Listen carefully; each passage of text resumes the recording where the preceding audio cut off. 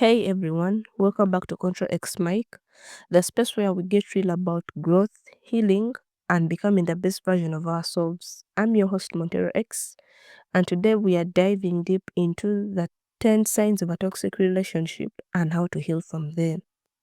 So, guys, basically, today I'm gonna be talking about the toxic signs that are in relationships, and I'm gonna be explaining a little bit of those toxic signs, and then we're gonna be getting people's reactions to how they suffered through that toxic sign. Healing isn't always pretty, it is messy, raw, and sometimes uncomfortable, but it is necessary. If you're ready to face some truths and take steps towards your freedom, you're in the right place. Before we dive in, don't forget to hit subscribe and follow on YouTube. And hey, if you get something out of this episode, drop a like and comment. That helps me a lot and keeps this community growing. And I love hearing from you. So let's get into it. So, toxic sign number 1 is intensity. Remember, guys, I told you that I'm gonna be explaining a little of the toxic sign, then we'll be getting people's reactions on how they suffered by the use of that toxic sign. So, sign number 1, which is intensity.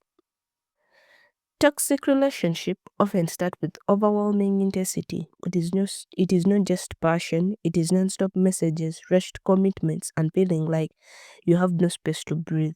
That is true. Because people, when we get into relationships, like our mindset is switched to that particular relationship. Like, I have to message him this time, I have to call him this time, I have to commit this, that. Yet, we never know that doing that, we're actually being toxic into our relationships. So, a listener shared, at first I thought it was love. He texted me every day, minute, and wanted to meet all the time. And I felt like I couldn't sooner without him getting upset. I was exhausted but scared to slow down.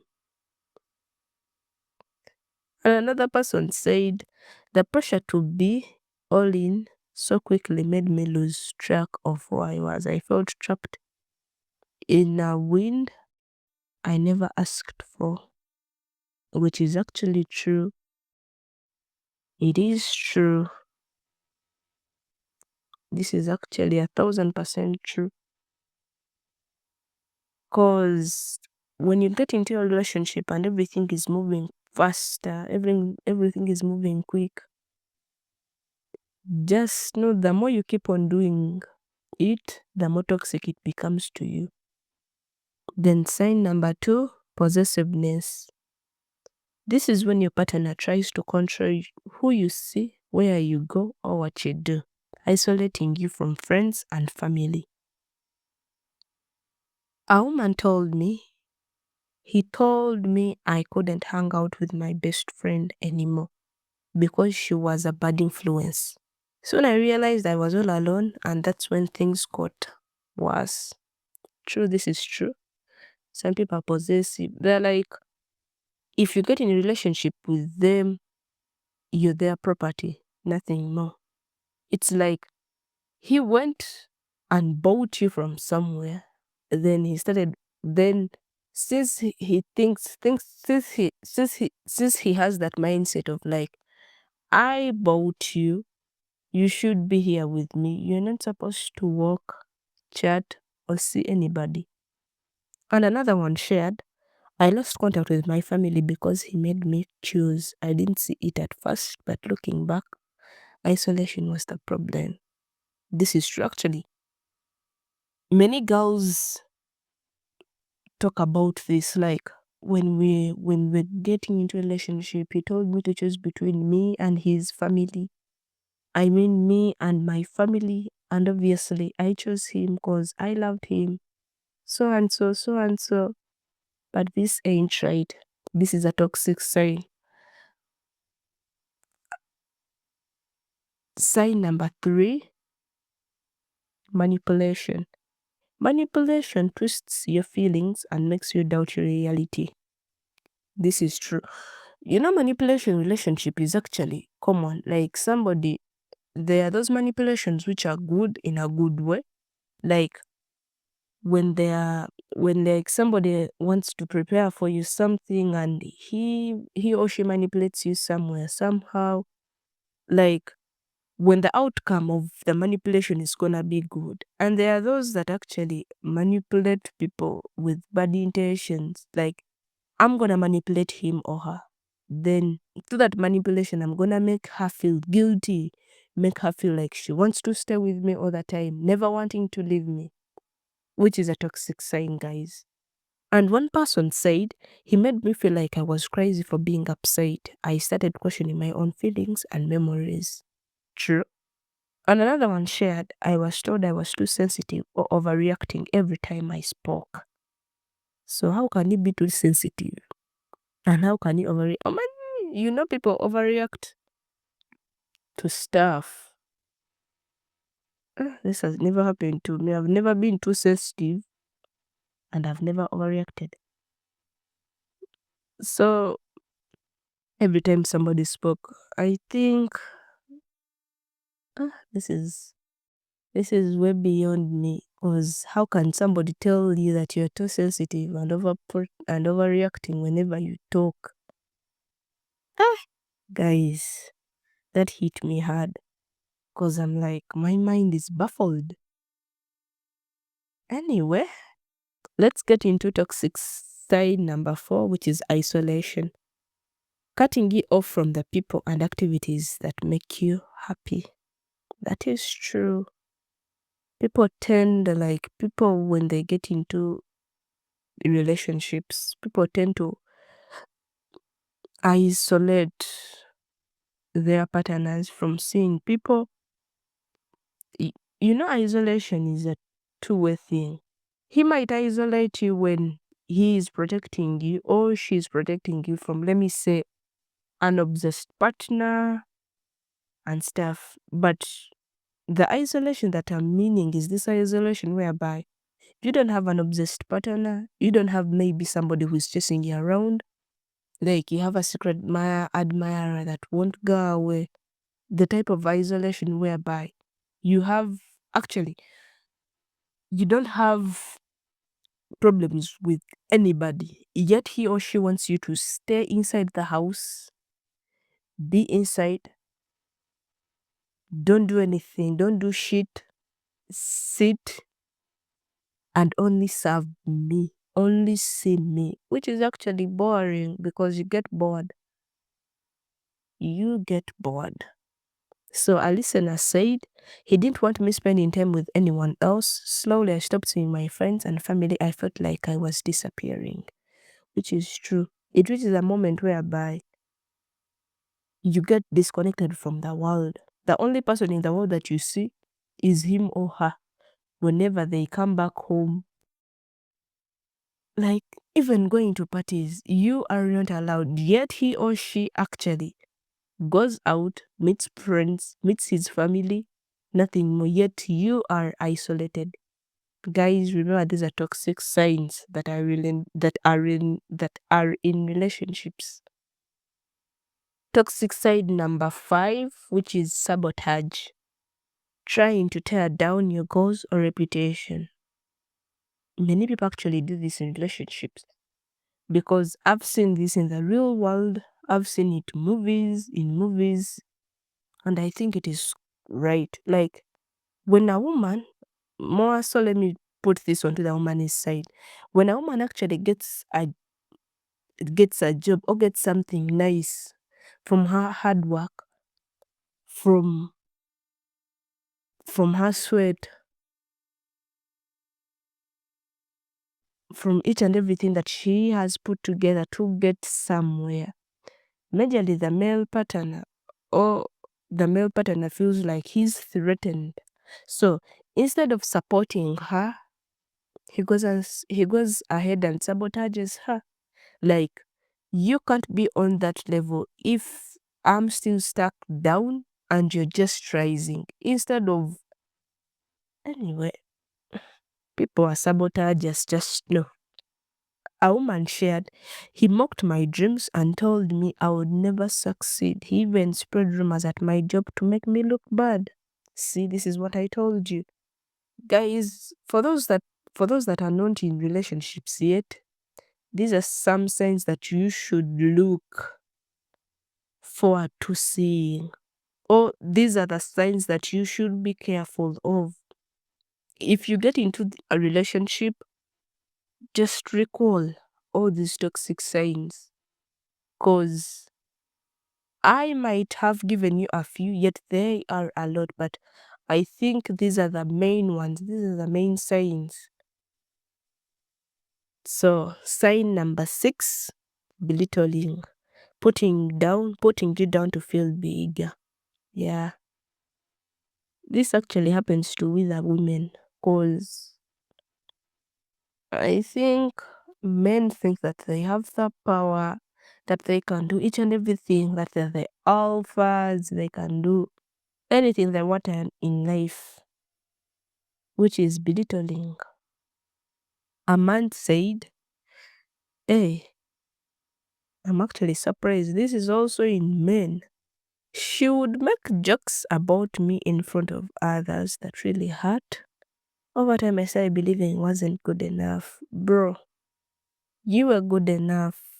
Even though I didn't get to see you, but I think you were good enough in each and everything that you did. So, her putting you down to feel bigger, this is actually tricky. Like, how can you make jokes of somebody that you're actually in a relationship with, and you're like, he doesn't do this, whenever we do this, he's like this, like always putting him down or her down. Women and men, that ain't the way forward. Toxic relationship, toxic sign number 7, which is guilting, making you feel responsible for their feelings or actions. Yeah, people like to play this blame game. Like, they make you feel guilty of what he or she did.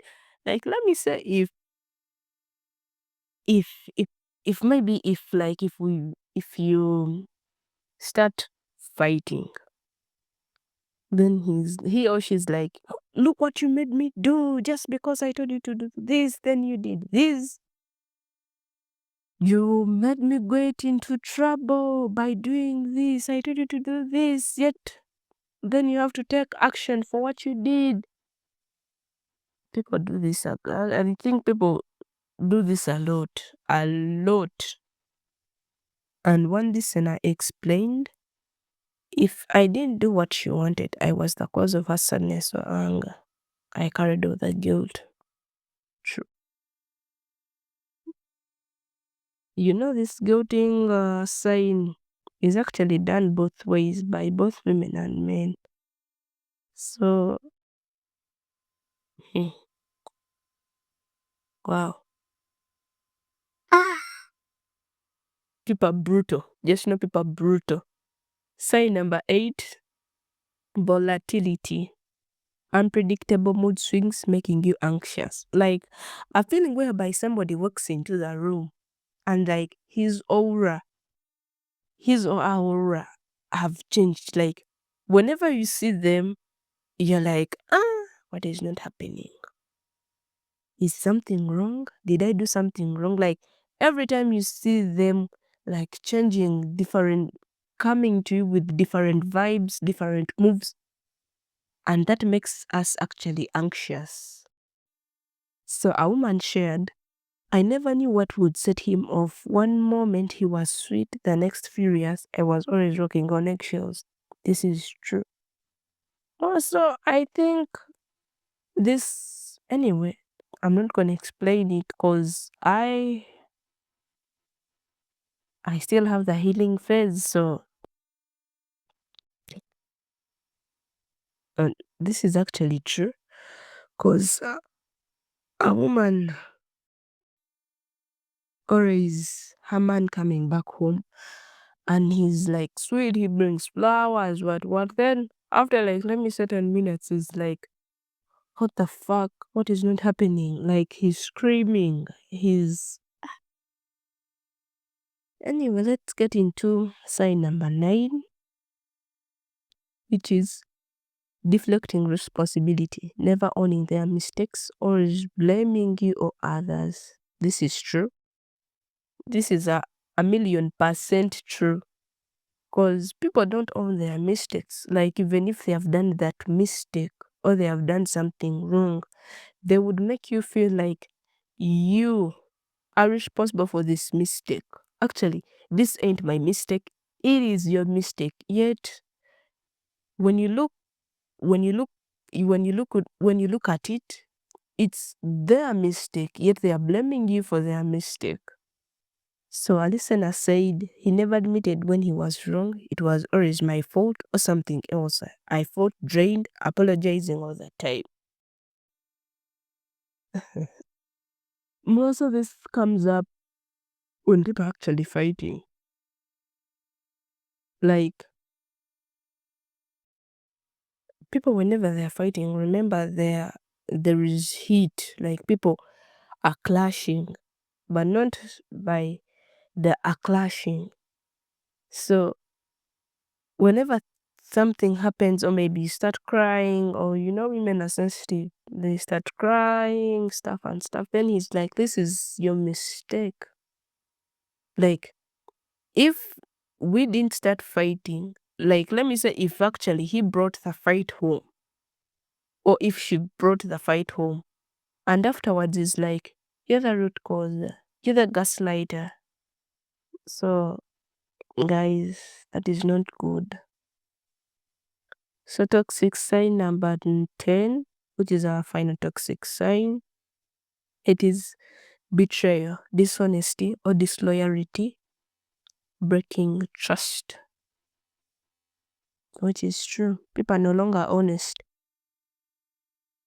For those who are honest, I think it is 2% in the whole world. 2% on 100, it is 2. Because people nowadays are dishonest. Like, the people that you get to know, you think that you have known them for a long time. Like, let me say 6 months. You're like, yeah, I think I know this dude. Later on, you find out like those 6 months that you spent with him or her, you actually don't know anything about him. Like, he lied about something. So one person shared, finding out about the lies broke me. I didn't know how to trust anyone again. Which is true. Which is true. Because once you find out that your partner has been lying to you, I don't think that you ever trust anybody again. Like, you get trust issues, which is true. So, guys, we are getting into the healing phase, like the healing section of those toxic signs. Remember, we started with intensity, and the advice that I will give a person out there hearing me, hearing this podcast, is that slow down and set boundaries around your time and energy, which is true. If you slow down, remember intensity, I explained it, is whereby you come into somebody, you talk every day, every minute, he calls you, he tells you to come over, she tells you to do this, do that, and you're like, yeah, you are gonna do everything. men and women, I'm begging you to slow down. Slow down a bit. Take it down a notch or two, right? And you actually get some reactions. Hmm. A listener said, when I finally told him I needed space and stopped answering every text, I felt free again. It was scary but necessary, which is true. And I'm gonna share with you why it works. Slowing down helps you reconnect with yourself and your feelings, boundaries, protect your mental space, and prevent emotional burnout. You're telling yourself and the other person that your well being is important, which is true. So, healing phase number 2, which is possessiveness. The advice that I'm gonna give you guys is that stay connected to your friends and family and communicate your needs. Like having a possessiveness person in your life, it ain't good because it might result into many damages. Many. So if you stay connected to your friends and family and communicate with them with what is happening in your relationship by not keeping quiet, like he locks me in the house, he doesn't want me to meet you guys. Maybe those people might actually figure out something and they come to your aid and they come to help you. So don't keep quiet. And a woman shared, talking to my partner about needing my own space helped, but more importantly, I started spending time with my friends again. It reminded me who I really am, which is true. Isolation cuts you off from your support system, maintaining relationships gives you perspective and strength. Expressing your needs clearly reinforces your boundaries and your right to a healthy social life. So healing phase number. So guys, we're going on to how to heal from manipulation. The advice that I will give you, trust your feelings, write them down, and get outside perspectives, which is true. Because sometimes when we air out that somebody has been manipulating me, has been doing this in order for me to do this for him or her, then you might actually get some good advice. And the listener said, journaling helped me. Seeing the pattern of manipulation, talking to a trusted friend made me realize I wasn't crazy. Manipulation distorts reality. Writing your feelings and talking to others validates your experience and helps rebuild trust in your own perception, which is true. So, guys, we are going on to healing phase number 4, which is isolation, how to heal from isolation. The advice that I would give you is that reconnect with your support system and activities you love, which is true. Like if you love going to the gym, if you love working out, if you love swimming, if you love dancing, if actually you love anything, or let me say if you have hobbies, please do those. Reconnect with them because they might help you in a way, one or two, so that you don't feel isolated. So someone shared, joining a local club and reaching out to old friends reminded me I'm not alone. It gave me strength to walk away. Why it worked? Isolation makes you vulnerable. Rebuilding connections brings back joy, support, and confidence. Key ingredients for healing. Healing phase number 5, which is how to heal from sabotage. The advice that I will give you, protect your goals and surround yourself with encouraging people, which is true. Protect your goals and surround yourself with encouraging people, which is true. Like if somebody belittles you or if somebody tries to sabotage you, don't back down. Instead, keep on rising. Keep on doing what you know best. Keep on pursuing your goals. Remember, in a relationship, You can either decide to stay in one or break it off. So surround yourself with encouraging people.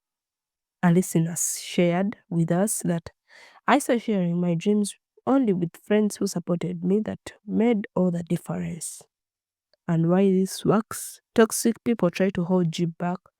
Positive support nurtures growth and self belief, helping you move forward, which is true. Because if you have somebody that is sabotaging you, just know he does not want you to reach a milestone. So instead of you backing down, you should instead talk to people that can actually help you, that people that can actually encourage you. So healing phase number 6, which is belittling. How to heal from belittling. The advice that I'm gonna give you guys is that build your self-worth and distance yourself from negativity. One man shared, affirmations and therapy helped me realize that I'm worthy. I slowly stopped accepting the put downs, which is true. And why this works? Belittling lowers confidence, rebuilding self esteem strengthens your ability to say no and demand respect.